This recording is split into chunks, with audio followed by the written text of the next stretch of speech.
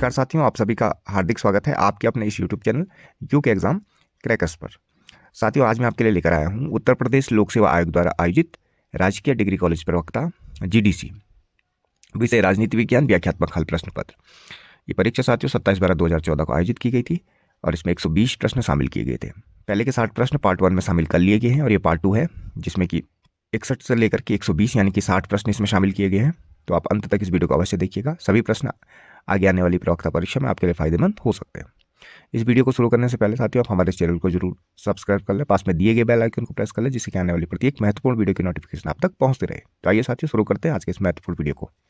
61वां प्रश्न है, किस संवैधानिक संशोधन ने राज्य के नीति निर्देशक सिद्धांतों का विस्तार किया?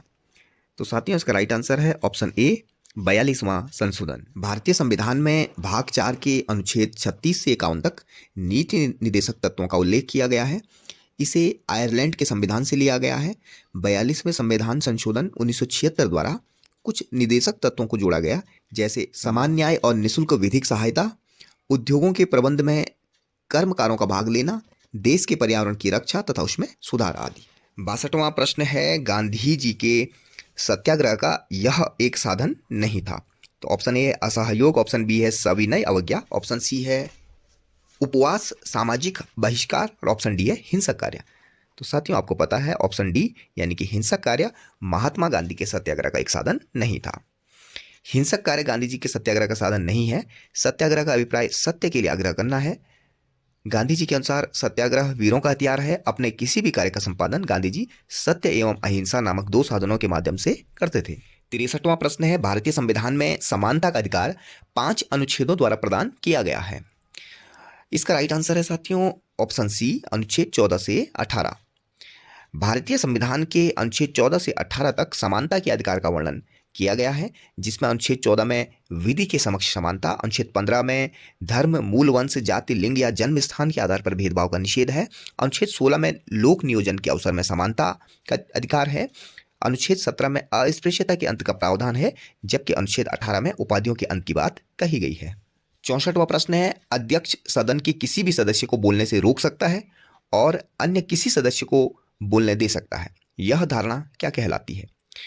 तो साथियों इसका राइट आंसर हो जाएगा बैठ जाना। अध्यक्ष द्वारा सदन के किसी सदस्य को बोलने से मना करना या बोलने की अनुमति देने की अवधारणा उस सदस्य को बैठने की ओर इंगित करता है। और आपको पता है कि सदन का अध्यक्ष सदन में अनुशासन बनाए रखने के लिए उत्तरदायी होता है और उसी संदर्भ में अन्य सदस्य को उसकी बात माननी पड़ती है। 65वां प्रश्न है, भारतीय संघीय प्रणाली की विशेषता निम्नलिखित में से कौन सही है? ठीक है, तो साथियों ये जो प्रश्न है ये भी थोड़ा कॉन्ट्राडिक्टरी टाइप का है। ठीक है, अब यहाँ पे आप देखिए शक्तियों का बंटवारा ये हमारे संघीय प्रणाली की विशेषता है। शक्तियों का पृथक्करण ये नहीं है, ये अमेरिकी संघीय प्रणाली की विशेषता है। ठीक है, शक्ति पृथक्करण का सिद्धांत आपको पता ही है। मॉन्टेस्क्यू ने जो अपनी एक पुस्तक लिखी थी स्पिरिट ऑफ लॉस, ठीक है, और उसी में उन्होंने ये जो सिद्धांत है ये दिया था शक्ति पृथक्करण का। तो इसीलिए मॉन्टेस्क्यू को अमेरिकी संविधान का बौद्धिक पिता भी कहा जाता है। तो तीसरा, स्वतंत्र न्यायपालिका ये भी हमारी संघीय प्रणाली की विशेषता और प्रधानमंत्री का नेतृत्व भी है। ठीक है, लिखित संविधान तो खैर है ही, है ना, क्योंकि हमारे भारत में संसदीय शासन प्रणाली को अपनाया गया है जिसमें कार्यपालिका शक्ति औपचारिक रूप से राष्ट्रपति में निहित है और वास्तविक प्रयोगकर्ता प्रधानमंत्री और उसका मंत्रिपरिषद होता है। ठीक है, तो थोड़ा सा इस प्रश्न में यहाँ पे कॉन्ट्राडिक्शन तो है ही, तो इसको हम फिलहाल स्किप कर देते हैं। ठीक है, ओके, और इसके हिसाब से यहाँ पे ऑप्शन डी इसका राइट आंसर है, तो आप इसको थोड़ा देख लीजिएगा। ठीक है,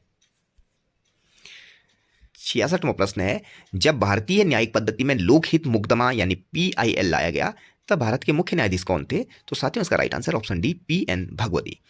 भारत में जनहित याचिका PN भगवती ने प्रारंभ की थी और इस तरह की याचिकाएं जनहित की सुरक्षा को बढ़ाने वाली होती हैं और ये लोकहित की भावना पर कार्य करती हैं। ये समूह हित में काम आती हैं, न कि व्यक्ति हित में।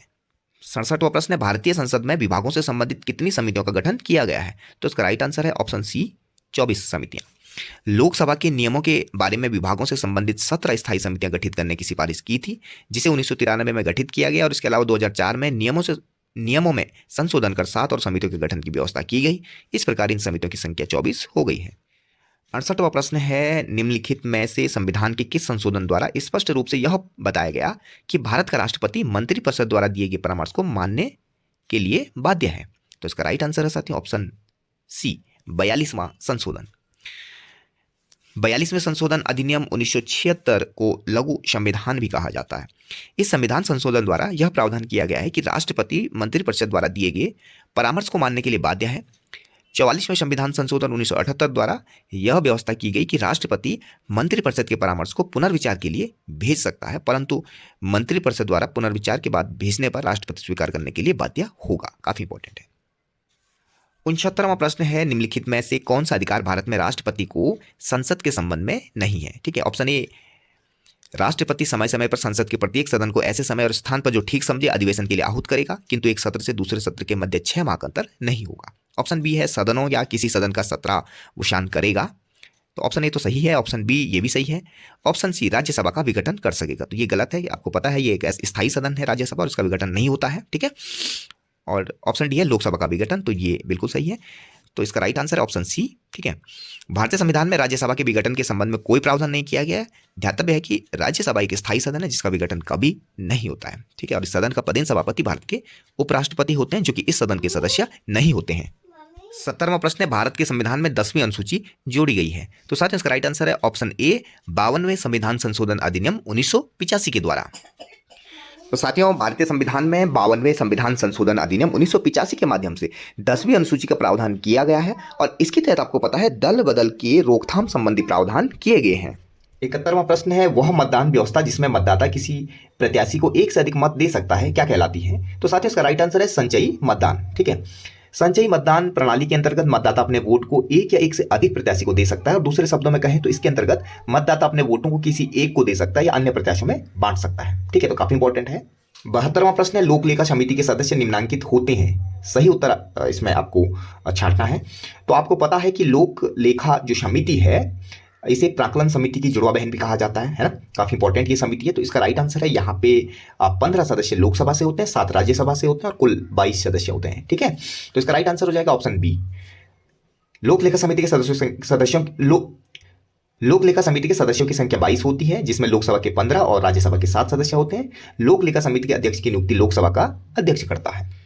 73वां प्रश्न है, निम्नलिखित में से कौन सा कथन भारतीय संविधान के बारे में सही है? तो इसका राइट आंसर है साथियों ऑप्शन सी, यह एक उधार का झोला है। यानी कि भारतीय संविधान एक उधार का झोला है। भारतीय संविधान के संबंध में यह कथन सत्य है और आपको पता है कि विश्व के प्रमुख संविधानों से महत्वपूर्ण बातों को ग्रहण किया गया है, जिसमें अमेरिकी संविधान से मूल अधिकार है ना, ब्रिटिश संविधान से संसदीय प्रणाली, आयरलैंड का संविधान से नीति निर्देशक तत्व, कनाडा का संविधान से जो संघात्मक जो व्यवस्था है, दक्षिण अफ्रीका के संविधान से संशोधन की प्रक्रिया है। तो इन सबको लिया गया है। तो इस प्रकार हमारे संविधान को एक उधार का झूला कहा जाता है। 74वां प्रश्न है, लोक लेखा समिति का प्रतिवेदन प्रस्तुत किया जाता है। तो साथियों, इसका राइट आंसर है ऑप्शन ए, लोकसभा के समक्ष। लोक लेखा समिति का प्रतिवेदन लोकसभा के अध्यक्ष के समक्ष प्रस्तुत किया जाता है। और ध्यातव्य है कि लोक लेखा समिति संसद की एक स्थायी संस्था है, जिसमें लोकसभा के 15 सदस्य एवं राज्यसभा के 7 सदस्य यानी कि कुल 22 सदस्य होते हैं। 75वां प्रश्न है, कल्याणकारी सिद्धांत विश्वास करता है कि राज्य, ठीक है, तो इसका राइट आंसर है एक माध्यम है। कल्याणकारी सिद्धांत ऐसा विश्वास करता है कि राज्य व्यक्ति के व्यक्तित्व के विकास हेतु केवल एक माध्यम की भूमिका निभाता है। ठीक है, टी.एच. ग्रीन जैसे विचारकों का मानना है कि राज्य का प्रमुख कार्य केवल बाधाओं को बाधित करना है। 76वां प्रश्न है, नव उदारवाद के प्रवर्तक कौन थे? ठीक है, तो इसका राइट आंसर है साथियों option B, Nozick, Robert Nozick. नव उदारवाद के प्रवर्तक के रूप में रॉबर्ट नॉजिक को माना जाता है। ठीक है, और आपको पता है कि नव उदारवाद की प्रारंभिक धारा व्यक्तिवाद की ही वकालत करता है। नव उदारवाद व्यक्तिवाद की तरह राज्य के न्यूनतम हस्तक्षेप का समर्थन करता है। नॉजिक राज्य द्वारा किसी भी प्रकार के पुनर्वितरण के घोर विरोधी हैं। नॉजिक का सिद्धांत व्यक्तिवाद की तरह मुक्त बाजार व्यवस्था का समर्थन करता है। 77वां प्रश्न है, संयुक्त राष्ट्र के घोषणा पत्र पर कितने राष्ट्रों ने 26 जून 1945 को हस्ताक्षर किए थे? तो साथ में इसका राइट आंसर है ऑप्शन ए, 51। ठीक है, संयुक्त राष्ट्र के घोषणा पत्र में 26 जून 1945 को कुल 51 सदस्यों ने हस्ताक्षर किए थे। ठीक है, और ये जो घोषणा पत्र है ये सैन फ्रांसिस्को में यहाँ पे इस पर हस्ताक्षर किए गए थे। और आपको पता है संयुक्त राष्ट्र संघ का गठन 24 अक्टूबर 1945 को किया गया था। वर्तमान समय में इसके कुल सदस्यों की संख्या 193 है और 193वां सदस्य दक्षिण सूडान है। और 26 जून 1945 को जो 51 सदस्य हैं उनमें 51वां सदस्य पोलैंड है, जिसने बाद में हस्ताक्षर किए थे। 78वां प्रश्न है, राष्ट्रीय हित विदेश नीति का, तो राइट आंसर है साथियों निर्धारक तत्व है। राष्ट्रीय हित विदेश नीति का निर्धारक तत्व है। और आपको पता है कि अंतर्राष्ट्रीय राजनीति में राष्ट्रीय हित को शक्ति के रूप में परिभाषित किया गया है और प्रत्येक देश अपनी विदेश नीति का निर्धारण राष्ट्रीय हित के परिप्रेक्ष्य में ही करते हैं। 79वां प्रश्न है, निम्नलिखित में से कौन सा एक संयुक्त राष्ट्र का अंग नहीं है? तो इसका राइट आंसर है साथियों ऑप्शन डी, विश्व स्वास्थ्य संगठन। ये संयुक्त राष्ट्र संघ का अंग नहीं है और इसकी स्थापना 1948 में की गई थी, 1948 में, विश्व स्वास्थ्य संगठन। विश्व स्वास्थ्य संगठन संयुक्त राष्ट्र का अंग नहीं है, वरन संयुक्त राष्ट्र संघ का अभिकरण है। ठीक है, ध्यातव्य है कि संयुक्त राष्ट्र संघ के कुल 6 अंग हैं। पहला है महासभा, जनरल असेंबली, दूसरा है सुरक्षा परिषद, सिक्योरिटी काउंसिल, तीसरा है सामाजिक एवं आर्थिक परिषद, चौथा है न्यास परिषद, पांचवा है अंतर्राष्ट्रीय न्यायालय, ठीक है, जिसका मुख्यालय द हेग नीदरलैंड में है। यहाँ पे 15 न्यायाधीश होते हैं जिनका कार्यकाल 9 साल का होता है, और सचिवालय यानी कि सेक्रेटरीट। ठीक है, छठवां अंक। 80वां प्रश्न है, गुट निरपेक्षता की नीति के प्रतिपादक थे? तो साथ ही इसका राइट आंसर है जवाहरलाल नेहरू जी। गुट निरपेक्षता की नीति के प्रतिपादक जवाहरलाल नेहरू थे। और आपको पता है कि गुट निरपेक्ष आंदोलन का प्रथम शिखर सम्मेलन 1961 में बेलग्रेड में संपन्न हुआ था और इसी शिखर सम्मेलन से इसकी विधिवत स्थापना हुई थी। इस सम्मेलन में 25 देशों ने भाग लिया था और नेहरू, नासिर, टीटो इसके मुख्य प्रतिपादकों में आते हैं। 81वां प्रश्न है, शीत युद्ध वाक्यांश मूल तो संबंधित था? तो इसका राइट आंसर है ऑप्शन ए, संयुक्त राज्य अमेरिका एवं सोवियत संघ से। ठीक है, इनके मध्य जो तनाव की स्थिति थी। ठीक है, शीत युद्ध शब्द का प्रतिपादक बर्नार्ड बुरुच को माना जाता है। ये प्रश्न आपसे पूछा भी जा सकता है कि शीत युद्ध शब्द का प्रतिपादक कौन था, या शीत युद्ध शब्द का सर्वप्रथम प्रयोग किसने किया था? तो बर्नार्ड बुरुच ने किया था। ठीक है, और शीत युद्ध मुख्यतः संयुक्त राज्य अमेरिका एवं सोवियत संघ के मध्य हुए द्वितीय विश्व युद्ध के बाद विचारधाराओं का युद्ध था, जो सोवियत संघ के विघटन के साथ समाप्त हुआ। 82वां प्रश्न है, आसियान दक्षिण पूर्वी एशिया के राज्यों का संगठन है। इसकी स्थापना 1967 में हुई थी। इस संगठन का एक सदस्य है, तो इसका सदस्य है थाईलैंड। बाकी ऑस्ट्रेलिया भी नहीं है, ठीक है, न्यूजीलैंड भी नहीं है। ओके, आसियान दक्षिण पूर्वी एशियाई देशों का संगठन है जिसमें सदस्यों की संख्या 10 है, जो इस प्रकार है: Thailand, Brunei, Cambodia, Indonesia, Laos, Malaysia, Myanmar, Philippines, Singapore एवं वियतनाम। और साथियों, आसियान का मुख्यालय इंडोनेशिया की राजधानी जकार्ता में स्थित है। 83वां प्रश्न है, संयुक्त राष्ट्र सुरक्षा परिषद में रूस को स्थायी सदस्यता उसकी किस योग्यता के आधार पर दी गई? तो इसका राइट आंसर है ऑप्शन ए, पूर्व सोवियत संघ का उत्तराधिकारी राज्य के रूप में दी गई है। ठीक है, संयुक्त राष्ट्र सुरक्षा परिषद में रूस को स्थायी सदस्यता पूर्व सोवियत संघ के उत्तराधिकारी राज्य की योग्यता के आधार पर दी गई है। 84वां प्रश्न है, निम्न में से कौन वैश्वीकरण को दर्शाता है? तो इसका राइट आंसर है साथियों ऑप्शन डी। ठीक है, पहला, राज्यों की अर्थव्यवस्थाओं का बढ़ता विलय, तीसरा है सूचना का बढ़ता हुआ प्रवाह, और चौथा है बढ़ती हुई भौगोलिक अंतर्निर्भरता। राज्यों की अर्थव्यवस्थाओं का बढ़ता विलय, सूचना का बढ़ता प्रवाह एवं बढ़ती हुई भौगोलिक आत्मनिर्भरता वैश्वीकरण को दर्शाता है। 85वां प्रश्न है, मानव अधिकारों की अवधारणा विशेष रूप से संबंधित है? तो इसका राइट आंसर है ऑप्शन सी, मानव होने के नाते मानव की गरिमा से। 86वां प्रश्न है, भारत के राष्ट्रीय मानवाधिकार आयोग के विषय में निम्नलिखित कथनों पर विचार कीजिए। इसका अध्यक्ष अनिवार्य रूप से भारत का सेवानिवृत्त मुख्य न्यायाधीश होना चाहिए, ये सही है। इसकी प्रत्येक राज्य में राज्य मानवाधिकार आयोग के नाम से शाखा है, तो ये जरूरी नहीं है। ठीक है, तीसरा, इसकी शक्तियां केवल सिफारिशी प्रकृति की हैं, और चौथा, आयोग के एक सदस्य के रूप में महिला को नियुक्त करना आवश्यक है, तो ये भी गलत है। ठीक है, तो ऑप्शन इसका सही हो जाएगा ऑप्शन डी, 1 और 3। भारत के राष्ट्रीय मानवाधिकार आयोग के अध्यक्ष के पद पर भारत के पूर्व मुख्य न्यायमूर्ति ही पदासीन होता है, और मानवाधिकार आयोग की शक्तियां केवल सिफारिश प्रकृति की होती हैं, और इस तरह कथन 1 एवं 3 कथन केवल सत्य है। 87वां प्रश्न है, निम्नलिखित में से किसने आदेश की एकता को संगठन की कार्यप्रणाली में स्वीकार नहीं किया है? तो साथियों, इसका राइट आंसर है option D, F.W. Taylor. F.W. Taylor ने आदेश की एकता को संगठन की कार्यप्रणाली के रूप में स्वीकार नहीं किया है। और आपको पता है कि आदेश की एकता का सिद्धांत संगठन के प्रमुख सिद्धांतों में से एक सिद्धांत है, जिसका अभिप्राय यह है कि कोई भी अधिकारी या कर्मचारी केवल अपने उच्चस्थ अधिकारी से ही आदेश ग्रहण करेगा। 88वां प्रश्न है, स्टाफ एजेंसी का सही कार्य निम्नलिखित में से कौन सा है? तो इसका राइट आंसर है ऑप्शन ए, मुख्य कार्यपालिका को परामर्श देना। ठीक है, स्टाफ एजेंसी का मुख्य कार्य मुख्य कार्यपालिका को परामर्श देना है, और ध्यातव्य है कि स्टाफ एवं लाइन एजेंसी सैनिक प्रशासन से लिया गया है, जिसमें लाइन एजेंसी निर्णायक की भूमिका में होती है, जबकि स्टाफ एजेंसी केवल परामर्शदात्री की भूमिका में रहते हैं। 89वां प्रश्न है, नौकरशाही शब्द की सर्वप्रथम रचना किसने की है? तो इसका राइट आंसर है विंसेंट डी गार्ने, ऑप्शन डी इसका सही आंसर हो जाएगा। नौकरशाही शब्द की सर्वप्रथम रचना विंसेंट डी गार्ने ने की है, और आपको पता है कि नौकरशाही के आदर्श स्वरूप की व्याख्या मैक्स वेबर ने की है। अनौपचारिक संगठन की अवधारणा किसने प्रतिपादित की है? तो इसका राइट आंसर है ऑप्शन डी, एल्टन मेयो। अनौपचारिक संगठन की अवधारणा का प्रतिपादन एल्टन मेयो ने किया है, और दातव्य है कि इस अवधारणा के अंतर्गत मेयो ने मानव के संबंध सिद्धांत का प्रतिपादन किया है। ऐसे संगठन व्यवहारों, आपसी संपर्कों, व्यक्तिगत और पेशेवर संपर्कों के माध्यम से विकसित होते हैं। 91वां प्रश्न है मिन्नो ब्रुक सम्मेलन 1968 में लोक प्रशासन के कौन से 4 मुख्य मुद्दों पर बहस की गई थी? तो इसका राइट आंसर है ऑप्शन डी, प्रासंगिकता, मूल्य, समता और परिवर्तन। ठीक है, तो ऑप्शन डी इसका राइट आंसर हो जाएगा। मिन्नो ब्रिक सम्मेलन 1968 में लोक प्रशासन के 4 प्रमुख मुद्दों प्रासंगिकता, मूल्य, समता एवं परिवर्तन के संदर्भ में बहस हुई। नवीन लोक प्रशासन के संदर्भ में मिन्नो ब्रुक सम्मेलन, हनी प्रतिवेदन, फिलाडेल्फिया सम्मेलन का महत्वपूर्ण योगदान है। 92वां प्रश्न है, यह किसने कहा नौकरशाही मंत्रिमंडलीय उत्तरदायित्व के लवादे में फलती फूलती? इसका राइट आंसर है रैमजे म्योर। रैमजे म्योर ने अपनी पुस्तक हाउ ब्रिटेन इज गवर्न में नौकरशाही के संबंध में कहा है कि नौकरशाही मंत्रिमंडलीय उत्तरदायित्व के लवादे में फलती फूलती है। 93 प्रश्न है, पद सोपान का अर्थ है? तो इसका राइट आंसर ऑप्शन बी, उच्च का निम्न पर नियंत्रण। पद सोपान का अर्थ उच्च अधिकारियों का निम्न पर नियंत्रण से लगाया जाता है। और आपको पता है कि लोक प्रशासन में संगठन के प्रमुख 6 सिद्धांत बताए गए, जिसमें पद सोपान, आदेश की एकता, नियंत्रण की सीमा प्रमुख है। 94वां प्रश्न है, पोस्ट कॉर्प शब्द लोक प्रशासन के किस शब्द से जुड़ा है? तो इसका राइट आंसर है क्षेत्र। पोस्ट कॉर्प शब्द लोक प्रशासन के क्षेत्र का संक्षिप्त रूप है। यह उसके क्षेत्र विस्तार तथा संगठन के स्वरूप की व्याख्या करता है और इसकी रचना लूथर गुलिक ने की है। 95वां प्रश्न है, भारत में कुछ लोक सेवाओं और उनके प्रशिक्षण केंद्रों को नीचे दिया गया है, उनको ठीक ठीक आपको जोड़ना है। तो इसका राइट आंसर हो जाएगा ऑप्शन डी। ठीक है, ऑप्शन डी इसका राइट आंसर हो जाएगा। भारतीय प्रशासनिक सेवा के अधिकारियों का प्रशिक्षण राष्ट्रीय प्रशासनिक अकादमी मसूरी में होता है। भारतीय पुलिस सेवा के अधिकारियों का प्रशिक्षण केंद्रीय प्रशिक्षण कॉलेज माउंट आबू में होता है। भारतीय रेल सेवा प्रथम श्रेणी के अधिकारियों का प्रशिक्षण स्टाफ कॉलेज बड़ौदा में होता है। एवं आयकर सेवा के अधिकारियों का प्रशिक्षण स्कूल नागपुर में होता है। 96वां प्रश्न है, शब्द निष्पादन बजट का सर्वप्रथम प्रयोग किसने किया था? तो इसका राइट आंसर है ऑप्शन बी, अमेरिका में प्रथम हुआर आयोग ने। निष्पादन बजट का सर्वप्रथम प्रयोग 1949 में अमेरिका में गठित प्रथम हुआर आयोग ने किया था। 97वां प्रश्न है, यह किसने कहा था कि पूर्णतया वचनबद्ध नौकरशाही ही वह सामाजिक परिवर्तन ला सकती है जो पंचवर्षीय योजनाओं और प्रगतिशील विधान में निहित है? तो इसका राइट आंसर इंदिरा गांधी।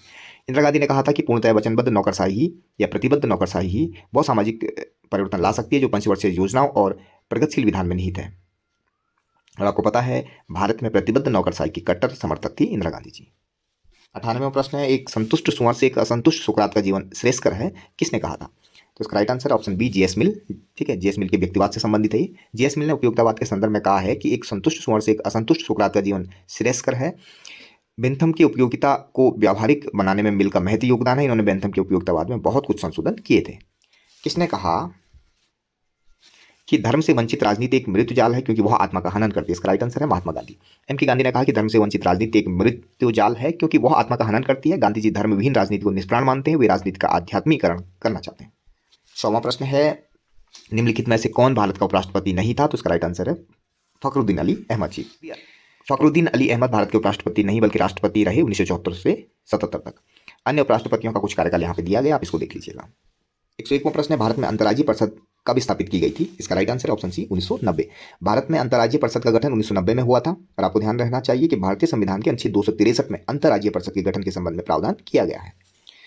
102वां प्रश्न है, राजनीतिक व्यवस्था में निवेश निर्गत विश्लेषण संबंधित है? तो उसका राइट आंसर है ऑप्शन सी, डेविड ईस्टन से।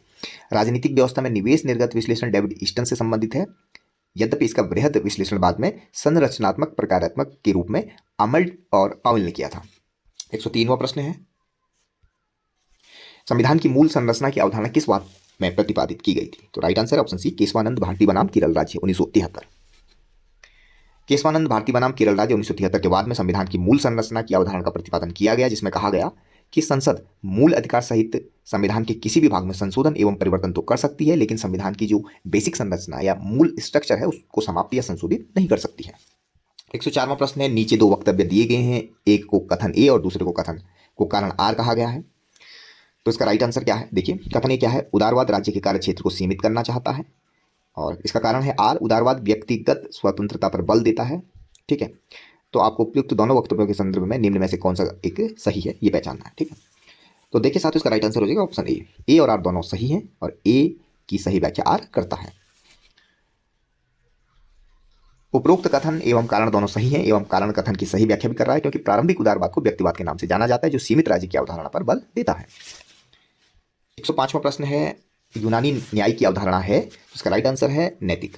यूनानी न्याय की अवधारणा नैतिकता पर आधारित है। ठीक है, और आपको ध्यान रहना चाहिए कि प्रमुख यूनानी विचारक प्लेटो ने भी जिस न्याय की संकल्पना की है वह व्यक्ति के अपने नैतिक कर्तव्य पर ही आधारित है। 106वां प्रश्न है, तुलनात्मक राजनीति का प्रथम अग्रगामी विचारक कौन था? तो उसका राइट आंसर है साथियों ऑप्शन बी, अरस्तु। अरस्तु को तुलनात्मक राजनीति का प्रथम अग्रगामी विचारक माना जाता है। और आपको पता है कि अरस्तु ने सर्वप्रथम विश्व के 158 देशों के संविधानों का तुलनात्मक अध्ययन प्रस्तुत किया था। 107वां प्रश्न है, गांधी जी की आत्मकथा का नाम क्या है? तो इसका राइट आंसर ऑप्शन बी, सत्य के साथ मेरे प्रयोग। सत्य के साथ मेरे प्रयोग 1927 गांधी जी की आत्मकथा, जबकि भारत की खोज जवाहरलाल नेहरू जी की रचना है। 108वां प्रश्न है, ईश्वर ने हमें जब जीवन दिया उसी समय हमें स्वतंत्रता भी दी, यह कथन किसका है? तो इसका राइट आंसर है जेफरसन। अमेरिकी राष्ट्रपति जेफरसन ने कहा है कि ईश्वर ने हमें जब जीवन दिया उसी समय हमें स्वतंत्रता भी दी। 109वां प्रश्न है, हीगल और ग्रीन सहमत नहीं है, तो इसका राइट आंसर ऑप्शन बी, राज्य के युद्ध लड़ने के अधिकार के विषय में। हीगल ने युद्ध को राज्य के उत्थान एवं नैतिक विकास का साधन माना है, जबकि ग्रीन युद्ध को राज्य के लिए अहितकर एवं उसके पतन का कारण मानते हैं। 110वां प्रश्न है, कौटिल्य के अनुसार राज्य का मुख्य कार्य है, तो इसका राइट आंसर ऑप्शन सी, विधि को लागू करना। कौटिल्य के अनुसार राजा का मुख्य कार्य विधि को लागू करने से है, और धातव्य है कि कौटिल्य का ऐसा मानना था कि राजा राज्य का सर्वेसर्वा होता है और उसका परम कर्तव्य यह होता है कि वह राज्य की रक्षा करे एवं कानूनों को लागू करवाए। 111वां प्रश्न है, राज्य सिर्फ समुदाय ही नहीं वरन यह सर्वोच्च समुदाय भी है, यह कथन किसका है? इसका राइट आंसर है ऑप्शन डी, अरस्तु। अरस्तु राज्य को समुदायों का समुदाय मानता है। अरस्तु ने राज्य को एक स्वाभाविक एवं प्राकृतिक संस्था माना है जो व्यक्ति के व्यक्तित्व के विकास हेतु मार्ग प्रशस्त करता है। अरस्तु के अनुसार राज्य परिवार एवं ग्रामों का एक ऐसा समूह है जो व्यक्ति के सद्जीवन की प्राप्ति के लिए बना हुआ है।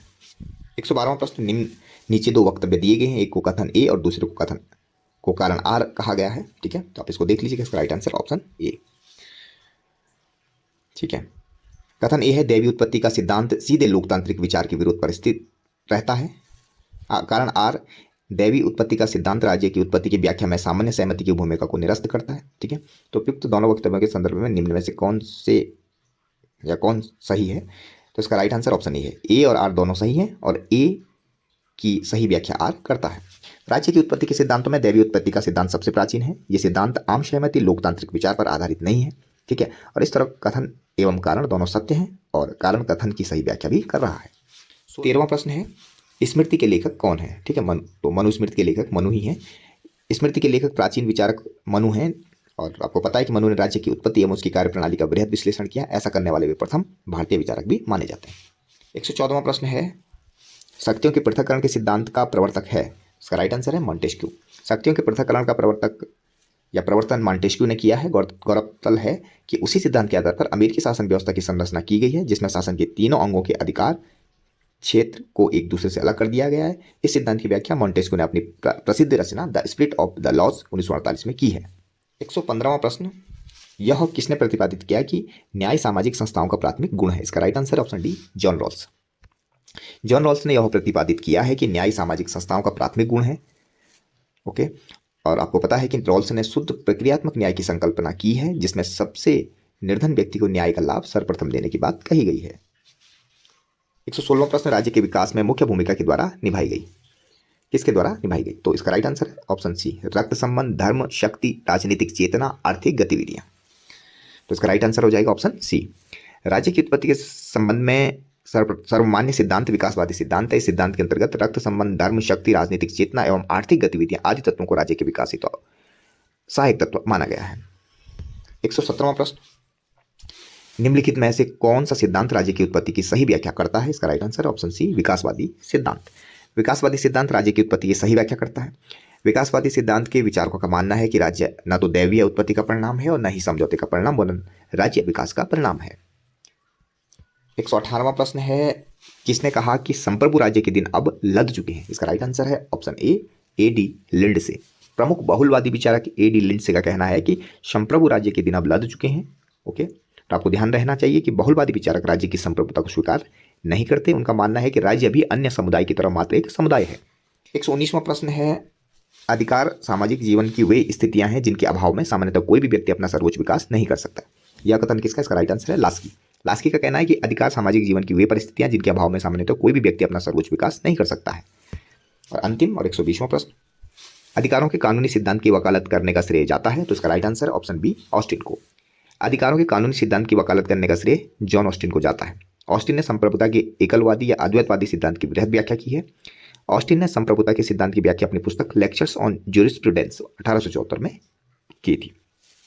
तो इस प्रकार इस परीक्षा में पूछे कि कुल 120 प्रश्न थे, तो आप इन सबको तैयार कर लीजिएगा। Thanks for watching.